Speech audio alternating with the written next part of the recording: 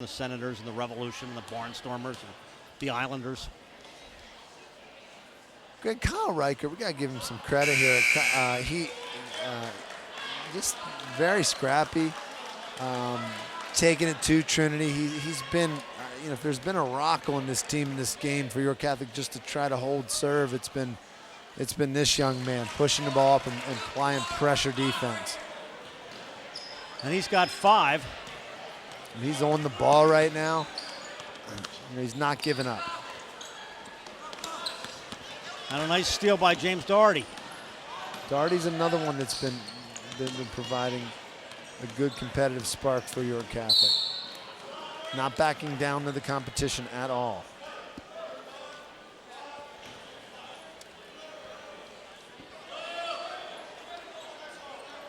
So certainly a better third quarter here for York Catholic.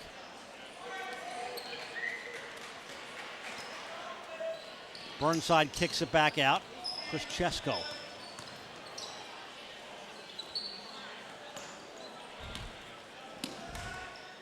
Greg, when did the Pt.5 adopt that clock keeps running rule after 30 points? When did that start? It's 40 points. Oh, 40, yeah, okay. 40, and it's been a few years now.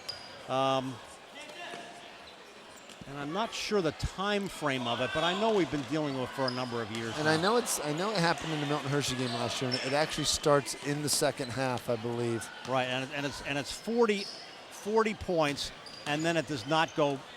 In other words, if you get to 39, it doesn't stop again. Once you reach that point, and we do a running clock, but got a little way to go before we get to that point again. Thanks to York Catholic's stronger second half here.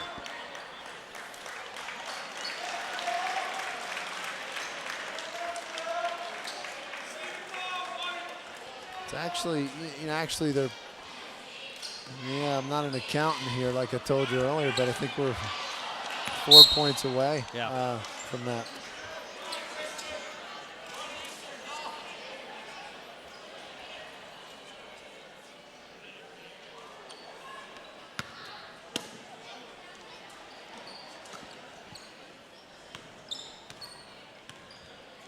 York Catholic with the basketball. Chris Chesko. We're 3 points away now. Man, they got me. I'm studying the clock now. Trying to improve my counting skills. Yeah, he hits for 2, and it's 53-18. Yeah, we got 5 now, and it is Patrick Dill with his first 2 points. Well, and this is the football guy. This is the guy that's going to. They're naturally bringing him along a little slower here because he's got he just got off the football field, and a tremendous football player. As you know, Greg, you guys cover that high school football live on Friday nights, and basically this guy's going to help them inside because he brings that toughness factor. Trinity clears the boards. Turnaround by Dill missed. York Catholic has played a much better second half.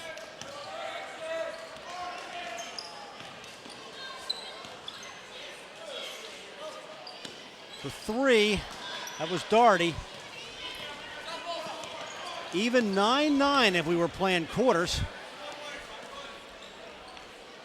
Both teams have scored 9 here in this third quarter after Trinity had led 46-9 at the half. Reminder, our next game coming up Thursday night. Charlie and I will be at Susquehanna Township as the Hershey Trojans visit the Susquehanna Township Indians. 7:30 right here on ABC 27.3. If you're watching on cable, you know where you are. As Duke hits, now we got 11 guys who have now scored for Trinity. On Comcast 245, Verizon 462. Well, Greg, I can't wait to get home and have my wife critique me. Tell me what she thought, how it went here, the broadcast. If I can pass her inspection on this, I'm going to be in good shape. That's usually the one whose inspection we normally need to pass. Westner. He missed. And it goes out of bounds, and it'll be York Catholic basketball. Well, a lot of these guys, this is that undefeated JV team from last year that was talked a lot about. And So there's there might be a bunch of new faces out here for Trinity, but these aren't new faces to the fans and the people who have been here. They've seen these kids do tremendous over the last couple of years in ninth grade ball, JVs. This is a great feeder. From the baseline, Mark Burnside. He's got 4 for York Catholic. And the steal. Irish back on it and break. Oh, clean block by James Daly. Nice play to be under control.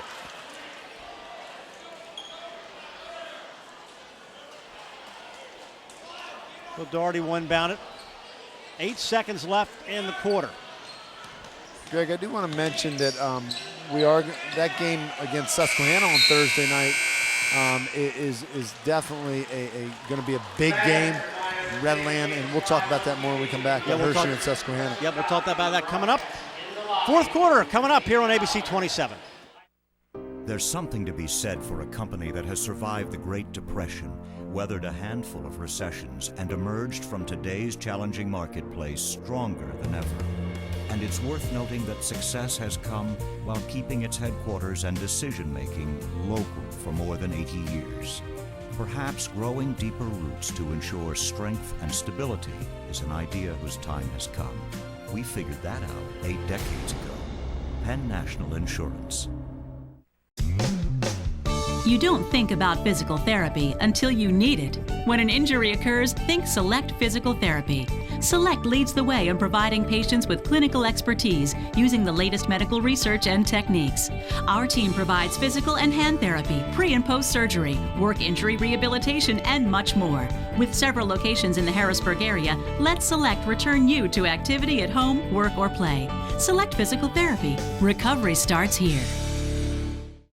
Having been to Arlington Orthopedics several times over the past roughly 15 years, I have found them to be very caring. For 15 or 20 years, I've dealt with sciatic nerve pain down both legs. Kind of figured I was going to have that all my life. Because of crippling arthritis, I no longer could hold on to things. We went through this disc fusion surgery. It's just changed my whole life. The pain is virtually gone, and he fully expects me to return to 100%. Ryan and Todd from Hoffman Ford. Harrisburg's largest volume and only Ford dealer. What does Hoffman Ford mean to you? Respect, outstanding customer service, honest communication, superior sales and service staff. Did you know that we're open 24 hours a day, 7 days a week? Check us out at hoffmanford.com. Check out our new and used inventory, look for service specials, make appointments, get a quote, and even apply for credit. That's right, just another reason why Hoffman Ford is Harrisburg's most powerful name in Fords. There's something to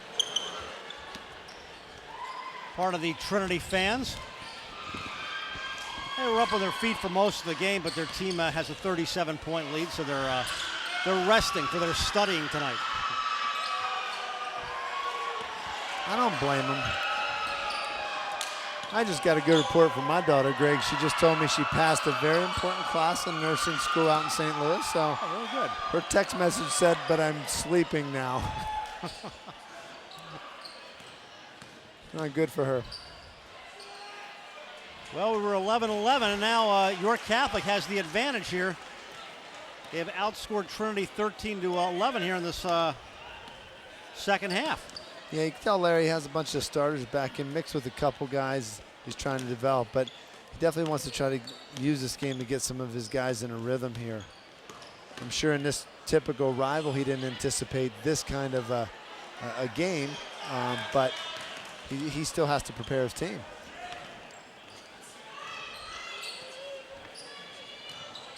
The jumper by Steve Heiser missing, and here come the Shamrocks.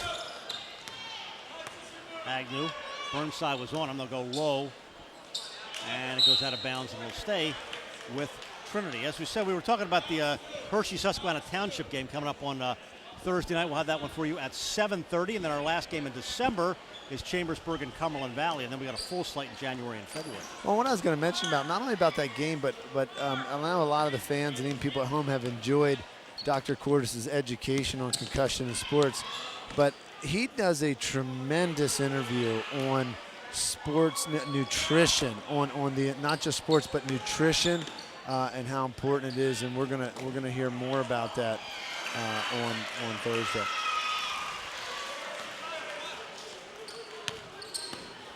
So Trinity with a 59-22 advantage now.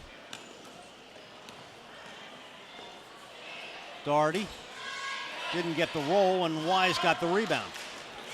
That's a break for Osborne. Trinity stayed right with it, but it'll go back to York Catholic. And again, if you're interested in the rest of the slate of high school basketball, we in fact have 4 doubleheaders like this, including the Mid-Penn Championships at the end of the year. And then in January, our first 3 games are all doubleheaders. Central Dauphin and CD East, Redlands, Cedar Cliff, and Bishop McDevitt and East Pennsboro.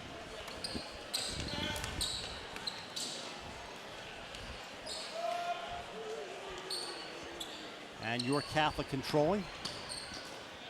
Nice drive and a nice play there by Kyle Reichert-Warfel. Boy, we've talked about him tonight. He has really stuck with it. He's got 7 points. Done an outstanding job.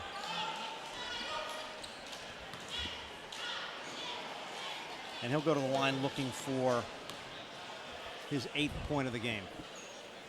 Greg, you have any thoughts on player of the game? I know the fans can also have a player of the game. They can go online to advancedhoops.com and vote on that. But then the Turner Kia player of the game, or actually, I'm sorry, Borman and Babs player of the game. Do you have any thoughts on that? Well, Kevin Agnew has 17 points. I mean, this has been such a balanced effort, and you looked at the first quarter and you just watched Trinity blow it away. I think for his performance in that first quarter, Kevin Agnew, I think, is an outstanding candidate. And you've talked about Kyle Reichert-Warfel. I think he's a clear choice on the York Catholic side. Oh, absolutely. And what it is fitting for Kevin, being a 4-year starter for Trinity to have that opportunity, and 17 points, he certainly deserves it. But it's just impressed with I almost want to give the player of the game to the entire Trinity team, because they've handled this situation very well, and the coaching staffs have handled this very well, and how they've shuffled these guys in and out, and been very respectful in this competition. Yes. So with 5.5 left, Trinity will hit the road coming up on next week, actually. Their next game is here against West Perry on Tuesday night, and they'll be at Boiling Springs and at Susquehanna. And then it seems odd to see Camp Hill on their schedule. It is so close by. They played them in the past, but shuffling of some teams.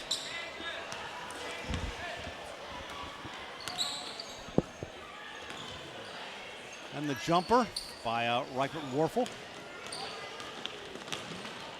to Wise. Long 3 by Agnew, missed. Tucker pulls it back out. Driving, the miss by Derryman, and it'll go back to Trinity. Reminder coming up over on ABC 27 News tonight at 11 o'clock. I'll be anchoring, too. I'm not only doing the play-by-play. Josh Reed was out in Altoona. Actually, he spent a long weekend. He was out with the McDevitt team. And first of all, they went to Joe Paterno and the Penn State Media Day. And then it was over to Du Bois for the McDevitt win last night. And then they went to Altoona this afternoon to, unfortunately, see Cumberland Valley lose. So we're going to see all those highlights coming up, and highlights of these 2 games. So I'll continue to be on television at 11 o'clock. Greg, do you want to know what I'll be doing at 11 o'clock? Sleeping. Oh, you'll be watching me. I'll be watching you on the couch laying down. That was a good answer. That was a good answer. Well, we thank Charlie in Advanced Hoops. It was a good time to talk about the fact that you really did a great job of putting this all together. And we thank all of our advertisers. Everybody who you've seen has stepped up. We've got a lot of folks who have been very supportive of high school athletics. And this is the first time. They've done games live in the Lancaster Lebanon League and in York Adams over the years, but this is the first time we've had a full schedule of Mid-Penn games live on television in this area. And thanks to Advanced Hoops and for you to step up here. No, and Greg, it could not happen without a working together, a team effort, and just every aspect has made it possible. And naturally, 27 News drives this with the reputation and the opportunity to broadcast these games on the Weather Channel. I